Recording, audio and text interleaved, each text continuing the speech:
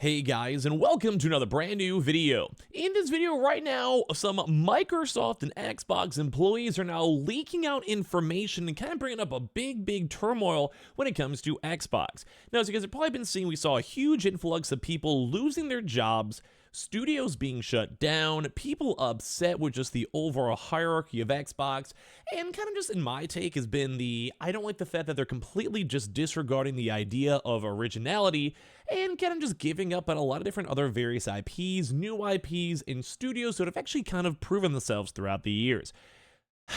It's stressful, it's scary, it's sad, and I feel really bad for a lot of folks in Microsoft. But right now we're seeing even more drama that we might go cover throughout these next few days as more and more comes out, basically discussing the fact that Xbox has been making horrible business decisions in terms of their idea. I'm not saying I agree or disagree, although I'll chime in my thoughts for sure, but basically employees, executives, and people going and talking about how they went so deep dived with Game Pass, they have no idea where the profitability is going to be coming from, basically saying that Call of Duty is the big money maker and that Xbox is 100% completely reliant on Activision, which is kind of good because they bought Activision. There's like so much like drama that's now ongoing from this one where it seems like Xbox is imploding internally. Now, we probably know that no matter what, like high level of all of this, Xbox is going to be fine. Like Xbox churns money, Microsoft churns money. But the idea behind if it's going to be like a massive churner where it's just like making billions upon billions of dollars, or are they able to go and spend money and make these cool IPs and be nice to the community, that is the big issue. And right now it seems like they're just like, hey, we have Call of Duty, we own gaming, we don't have to do anything, we don't have to make brand new IPs, we have Bethesda, we have Fallout, we have Skyrim 6 coming out at some point, who cares? We got the stuff already locked on in. Versus, like, let's go make something new and grow something new, and there's all this other drama, so let's go talk about it. Make sure you guys are subscribed with the notifications on. We have the Twitter and Twitch down below, and of course, I appreciate y'all for watching.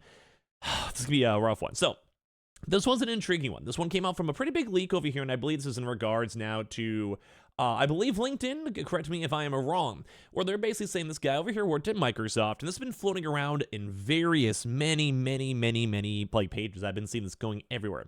The high levels of it are Call of Duty is the money maker. And there's been a big debate now that Call of Duty might not be coming to Game Pass because Call of Duty sales. The individual game being sold every year is millions upon millions of copies. If it goes to Game Pass, that money is not going to be going to Xbox or Microsoft. It will in regards to the Game Pass, but are they going to be making money? Are they going to be getting like too many people addicted to Game Pass where they're like, I could just get on Game Pass, why would I spend more money? All of this type of stuff is like what they've been focusing on. So we don't know. We don't know if it's going to be on Game Pass or not. And I do think a lot of people will be very upset if it for some odd reason is not. But then how do you make that money back? You do get Game Pass subscribers, yes, but at the same time, are you gonna, is like the equilibrium gonna work on out?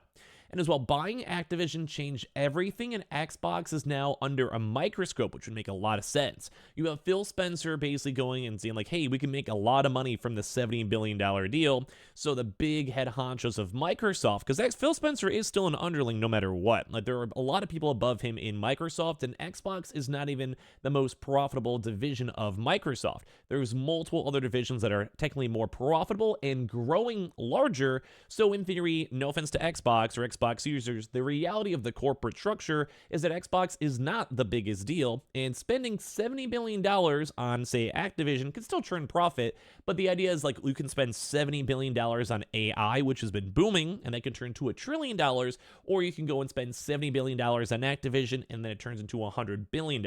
Still a win regardless, still good for long term of Xbox, but at the same time, if they can go and allocate those resources elsewhere, they would have liked to, and if they're not utilizing those resources to grow, say, Xbox or online gaming, then they're going to be upset about it. And as well, every Game Pass title is now apparently missing its sales target by huge margins, and subscriptions are also now coming down. Like, there's a lot of stuff to break into this one on these, like, videos.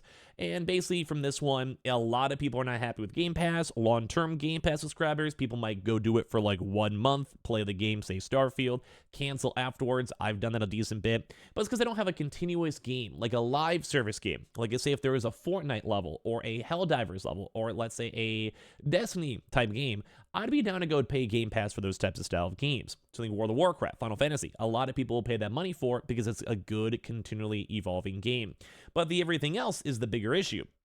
is because a lot of these people will be fair weather fans. Hellblade is going to come out, I'll get Game Pass for it, and then after that, I'll probably just go and cancel because the game's like a 6-hour game apparently, and what else do you do afterwards? So here's the entire email, and I've kind of gave you guys the big picture, so if you just want to type your comments as I'm rambling in the app and down below, feel free to. There are 2 reasons why all these Bethesda studios close, and neither of them have anything to do with Bethesda directly. Game Pass and Activision.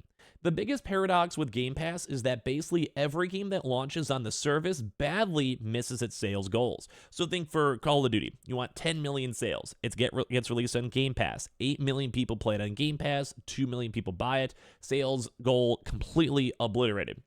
Yeah, that's rough. Like, why would you buy it then at the same point? And that's kind of what I just said, say for Redfall, say for Hellblade. I'm not going to buy Hellblade at all. But I'll go buy it on Game Pass, and then I'll probably save money in theory, because it's probably going to be like, what, a $30, $40 game, so I'll pay, the $10 or whatever for it, pick it up, play it day one, and probably go cancel. They'll still make money on that purchase, but will it make more money than them just releasing the game individualized without Game Pass ever existing? We don't know. That's also probably why they're bringing so many games to PlayStation, because they will physically buy it with cold hard cash. They're saying this is accounted for somewhat by attributing portions of revenue to top-performing Game Pass games every month, but there are factors working against games. Name of the fact that most games don't stay at the top of the chart for more than a month or two, and also that Game Pass growth has also stagnated. So games like Hi-Fi Rush, which was incredible, get a very small bump in revenue from being the hot Game Pass game for a month, and then it falls off a cliff, basically because like you get like a little extra, you get a lot like play time, download time, whatever, and then after it's gone, everyone's like, okay, cool, whatever. Or so, for example, Portfall had it even worse since it launched so rough, it never had a chance. Basically saying that whole studio dies, is done, is over at that point. The system was fun for a while when Game Pass was growing like gangbusters, but right now, since it's slowing down, not as like huge exponential growth, and at the same time, the revenue they're making is consistent, yes, but not enough to make consistent huge AAA games, say like, a Spider-Man level or Indiana Jones level type game all the time. It's a bit on the harder side, so they have to keep on making games, and some may not be as big, but they need to be good.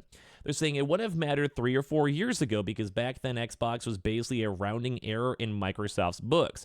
But the division made some money, but more importantly, didn't cost that much money to keep on going. It's like, let's say you have a side business, you make, 10 grand a year, but you cost 5 grand. You're like, yeah, whatever, I'm still making money. But let's go and say in the future, you have a side business and you're making $1 million a year, but it costs you $800,000 a year to make it. Yeah, you need to put a little bit more attention. You have to make sure the books are kind of good. Or if you mess up spending, overspend, you could actually potentially lose money, which is kind of where it's going to be hard because you have cloud gaming, AI hosting, everything else, driving such high profit margins into it. So then basically Xbox won this huge buying spree, got Bethesda, got Activision, and now everyone is like, hey, we have to somehow make like $80 billion back, or at least cut back and trim off some of the fat, which basically just happened right now with Bethesda. And that's also why it's like kind of like there's like a self-fulfilling prophecy. Like Game Pass is really good for gamers and can still make consistent money, but it's not going to also give you those crazy winners where you go and make like $500 million because the game is phenomenal and great. Think like a Stardew Valley, a Terraria, like those huge Minecraft, those viral games, because if they're on Game Pass, you're never going to get to appreciate that. It may go bring up Game Pass subscribers, but it also doesn't give you the money forever. And Minecraft is still one of the best-selling games of all time.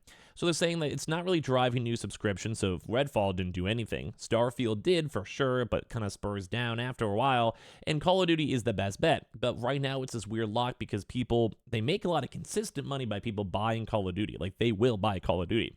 So if you put it on a Game Pass, will that completely like ruin the business model? But it's kind of like a 50-50. It's like, why would Xbox buy Game Pass or get Call of Duty for Game Pass and then it doesn't end up on Game Pass? So then current Game Pass members think the value is lessened. So you don't want to spend the money on it because you're going to be spending $70 on Call of Duty anyway. So why have Game Pass? Or in the reverse, let's go and say that is not a good proper margin. Like, you didn't make that money back from Game Pass. So let's just go and sell it. And then once again, then you just are still doing the same exact business model they had before, and then Game Pass, once again, is like this weird, awkward limbo where you don't know what to do. Do you put on Game Pass? Do you not? Do you want to try to drive up Game Pass sales like a Netflix and become bigger and keep on reinvesting, or will that go make you lose money, and then you have to go instead have to try to make it up in other ways, microtransactions, selling on PlayStation? No one knows. So everyone's all over the place because right now it's a gamble. Like it really is a very enticing thing where it's imploding because no one knows what to do. And Xbox probably doesn't know what to do because this is like a huge, like we've never had Netflix go and spend $70 billion to go and buy a movie studio and then not end up putting it on Netflix. But at the same time, gaming is different than movies most of the time because sometimes you can buy a movie, rent a movie for $5 versus Call of Duty is like $70 with microtrans. It's like similar, but slightly different. So it does kind of seem like Xbox right now doesn't know what to do. They're kind of freaking out. They spent a lot of money, which they can afford, but at the same time, at the end of the day, like nothing might even change. Like we may not even get Game Pass having Call of Duty, and that would suck. So I want to hear your thoughts because right now I think people are stressing, especially on these leaks. I don't want to hear it all. We have a Twitter and Twitch stream as well down below, and I appreciate y'all for watching here in the first place.